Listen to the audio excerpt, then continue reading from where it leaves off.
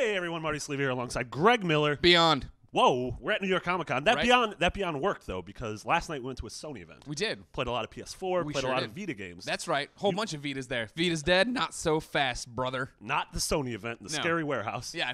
We had to take a terrifying elevator up there. Yeah, it was really weird. creepy. They put you in an elevator, and then but it's like a freight elevator, and Yeah. there's two guys in there who just shut it and then ran the lever, and then they never talked to us. And I thought the walls were going to close in. I thought we were in a trash Yeah. compactor of some Yeah. sort. Vita games. You played two cool indie games. I've not did. heard of these games. I don't know. Are they indie? I don't know if that's the. Were they one, even Vita games? They're Vita games. Okay, for sure. so I got Yeah, something yeah. right. I don't want to confirm the indie thing because I'm not sure about Big Fest, one of the ones I played. I played Big Fest and Monsterbag. Okay. And the thing is that they were both fun. Cool. Big Fest we've known about for a while, right? This got announced, and then it fell off the radar, and then about a year later, it popped back up, and we saw stuff for it.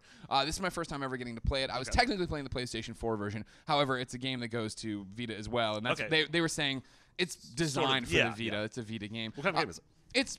It's a weird, like, it's like a roller coaster tycoon, like, right? Because what you're doing is you're building out your festival and then, generating money from your festival to make your festival better, to get bigger bands, to get better songs, to draw more people, to make more money, to do all that. And so it's free to play. It does have microtransactions in it. They'll be there when you're set. So, like, I was like, all right, cool, build my orange juice stand. And they did it, and they're like, all right, it'll be ready in 5 minutes. Or you can use your ticket right now, and it'll be ready. You get tickets for completing objectives, though. So it's not like the only way to get tickets is to give them money. Yeah. But, once you're out of tickets, you can get them that way. Yeah, it seems like it had that like Simpsons tapped out sort of IV drip. And it was one of those things where it was basic, but I could see myself fooling around with it on the train, actually having something to do with it. The other interesting thing that I'm not totally have my head wrapped around on it is that they've partnered with a music company like your BMGs or your Sonys, but not them, for over in the UK to have real bands in there that are trying to get going. So it's one of those things as you put the songs in your games and they become popular, they rise on this track list that's tied into the internet with everybody else. And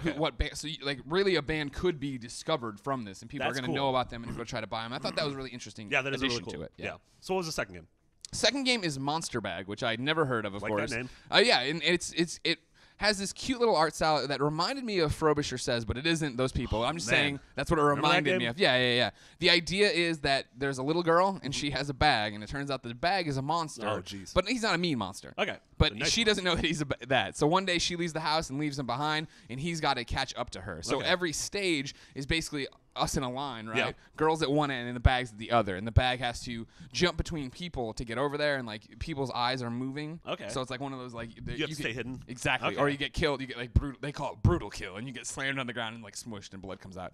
What? Yeah. Oh wow, I was not expecting. No, that. no, that's what they were warning me about. They're like, this. By the way, it might get a little out there. Okay, all right, cool. And so you go and there'll be a guy there was at one point a guy playing his guitar and I couldn't get past him. And so then I had to go back and anger this one guy who would drop a tomato that I could throw, but it would die. It would hit. It's like these little puzzles, these little adventure game puzzles that advance to the girl. And then, of course, when you're about to get to her, something horrible happens every time, and you get separated again. You get brutal killed. You're on a school bus. The girl's on the school bus, right? You're almost to her. Then the school bus goes off a cliff. And everybody lives, but you have to then still try to get to her on the next one. It's like, all right. Except the O'Doyles. Yeah. The O'Doyles didn't live. They ruled, though. R.I.P. That one's coming out sometime, they hope, by the end of the year. That's what they're shooting for. And that's a Vita one? Yeah. It's out. It's between alpha and beta right now. Cool. It's only going to be 2 hours long. Is that a thing between alpha and beta? I don't think there's a letter in the Greek alphabet. When they tell me that, like, I don't know how to make games. So when the producer's like, it's between alpha and beta, I'm like, all right, good to know. It's Zeta. So they're still shooting for this year. Only 2 hours long. It's a game designed to be fun, short play. There's leaderboard modes at the end that you can come back to if you want to.